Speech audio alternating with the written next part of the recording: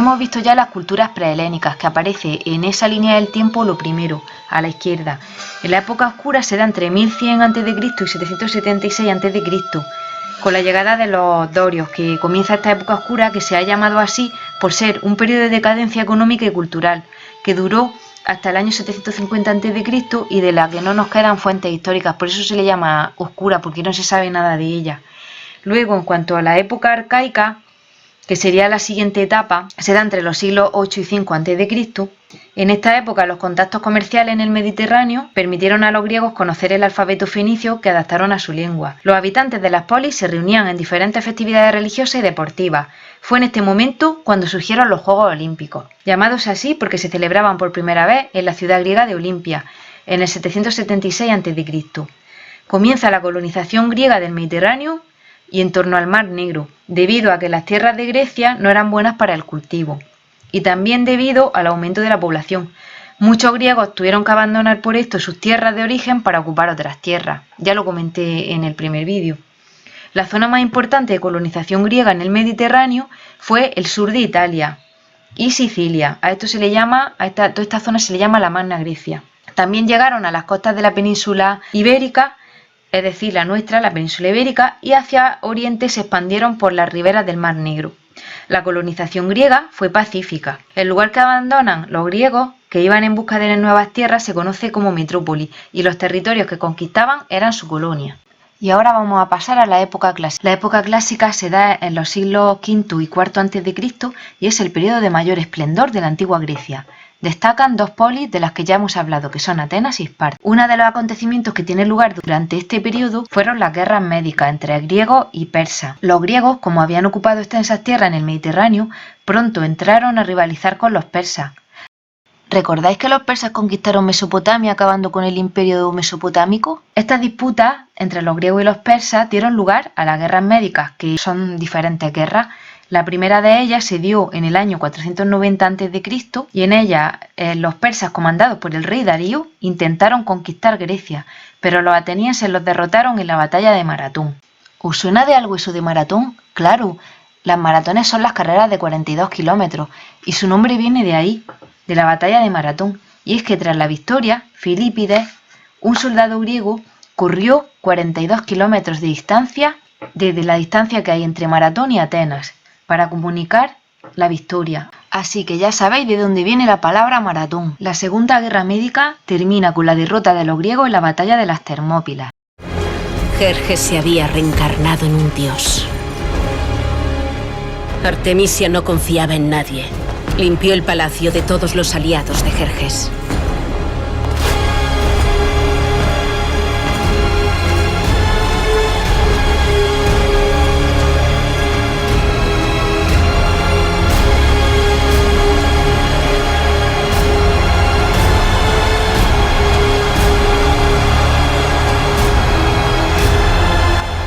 Jerjes I fue el quinto rey del Imperio Persa, hijo de Darío I.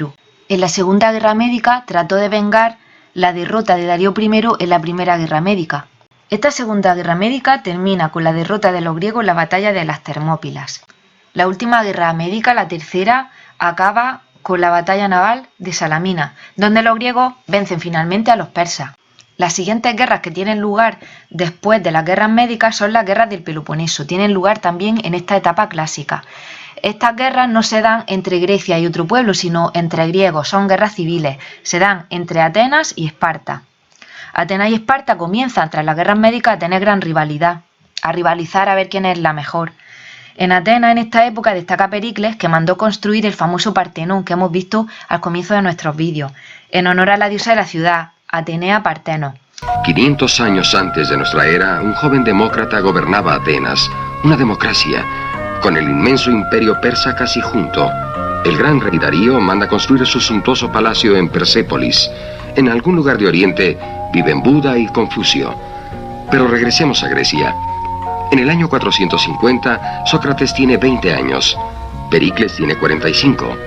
450 años antes de nuestra era, Pericles dice: El Estado demócrata debe abocarse al servicio de la mayoría, procurar para todos la igualdad ante la ley, debe protegerse contra el egoísmo individual y proteger al individuo contra la arbitrariedad del Estado. Esparta tenía una organización muy diferente. La sociedad espartana, como ya sabemos, estaba muy militarizada. Desde pequeños eran entrenados bajo una dura disciplina. Atenas y Esparta se enfrentaron en esta época, acabando con la derrota ateniense. Y ya para terminar nuestra etapa de la Grecia clásica, vamos a estudiar la época helenística, que se dio entre los siglos IV y II a.C. Durante el siglo IV a.C., las polis siguieron rivalizando entre sí, lo que permitió al reino de Macedonia, situado al norte de Grecia, hacerse poderoso, inaugurando la época helenística. Aprovechó la debilidad de las polis griegas que se estaban peleando entre sí para meterse en el territorio. Las gallinas que entran por las que salen. Reinado de Filipo II. Aprovechando la debilidad de las polis griegas debido a la guerra del Peloponeso, el rey de Macedonia, Filipo II, conquistó toda Grecia. A Filipo II lo tenéis en la foto de la película de Alejandro Magno, en el centro de la imagen de la foto. Su hijo, Alejandro Magno, a la muerte de Filipo II, su padre, comenzó a construir el imperio más grande de la antigüedad. Primero conquistó Asia Menor y Egipto, donde fundó la ciudad de Alejandría. Allí se ubicaban la famosa biblioteca y el faro de Alejandría, construidas bajo el dominio de Egipto y Palestina por parte de Ptolomeo. Después arrebató a los persas todo su imperio, venciendo a Darío III. Llegó hasta la India y Asia Central. A la muerte de Alejandro Magno se provocó la división de su imperio en diferentes reinos gobernados por generales suyos. El imperio helenístico fue de gran riqueza cultural y artística. Además, se mezcló enriqueciéndose con otras culturas como la persa, la mesopotámica y la egipcia. Y a mediados del siglo II a.C., los romanos se hicieron con el dominio de toda Grecia. En la diapositiva tenéis a Cleopatra con César y Marco Antonio, que como sabéis, que ya lo conté en el tema de Egipto, César y Marco Antonio fueron amantes de Cleopatra, fueron novietes. Y en el caso de Julio César tuvo además un hijo con Cleopatra. ¿Por qué hablo ahora de Cleopatra? Pues porque a la muerte de Alejandro Magno, que tuvo una muerte muy prematura y misteriosa, no se sabe si lo envenenaron, su extenso imperio fue repartido por sus generales, y uno de ellos, Ptolomeo, que era general de Alejandro Magno, como estoy diciendo, se pasó a ser gobernante de Egipto desde el siglo IV a.C., fundando la dinastía tolemaica, cuya última faraona es Cleopatra VII. Y ya para terminar, vamos a ver un Draw My Life sobre este interesantísimo personaje, Alejandro Magno. Ni siquiera Napoleón fue capaz de superar sus proezas militares, que se han convertido en leyenda y mantienen vivo su nombre siglos después de su muerte. Pero para contar su historia hay que regresar mucho tiempo atrás. Alejandro nació en el 356 a.C., en Macedonia, actualmente Pella, una provincia al norte de Grecia.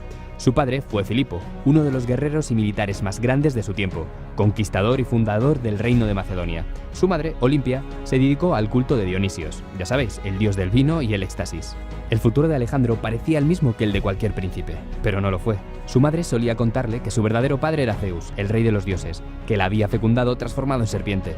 Eso significaba que aquel pequeño era un semidios. Las historias de su madre nunca fueron confirmadas, pero lograron que Filipo y Alejandro se convirtieran en rivales. La educación del príncipe estuvo a cargo de Aristóteles, uno de los filósofos más importantes de Grecia, que le habló sobre la guerra de Troya y Aquiles, otro semidios que logró hazañas increíbles de las que los griegos seguían hablando. Alejandro se propuso superar a Aquiles, pero Filipo tenía otros planes y exilió a su hijo.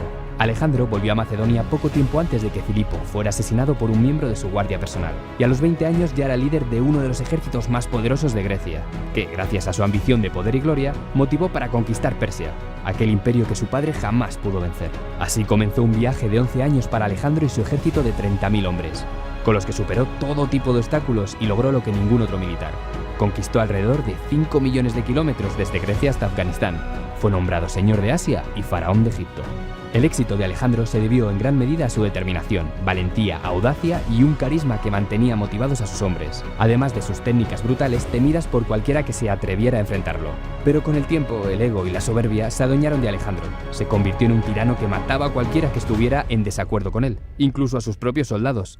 Después de 8 años, sus tropas se negaron a avanzar más, y con menos hombres, regresó a Persia por el desierto del Sáhara, aunque eso le costara otra parte de su ejército. Después de una de sus campañas más desastrosas, Alejandro se instaló en Babilonia y murió a los 32 años de causas todavía desconocidas, principalmente porque el cuerpo del gran conquistador se perdió entre saqueos, guerras y desastres naturales.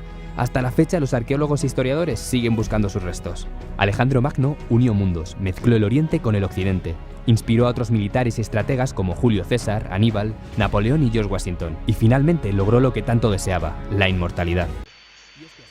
Hijicos míos, hasta el próximo vídeo. Adiós. Ay, señor, llévame pronto.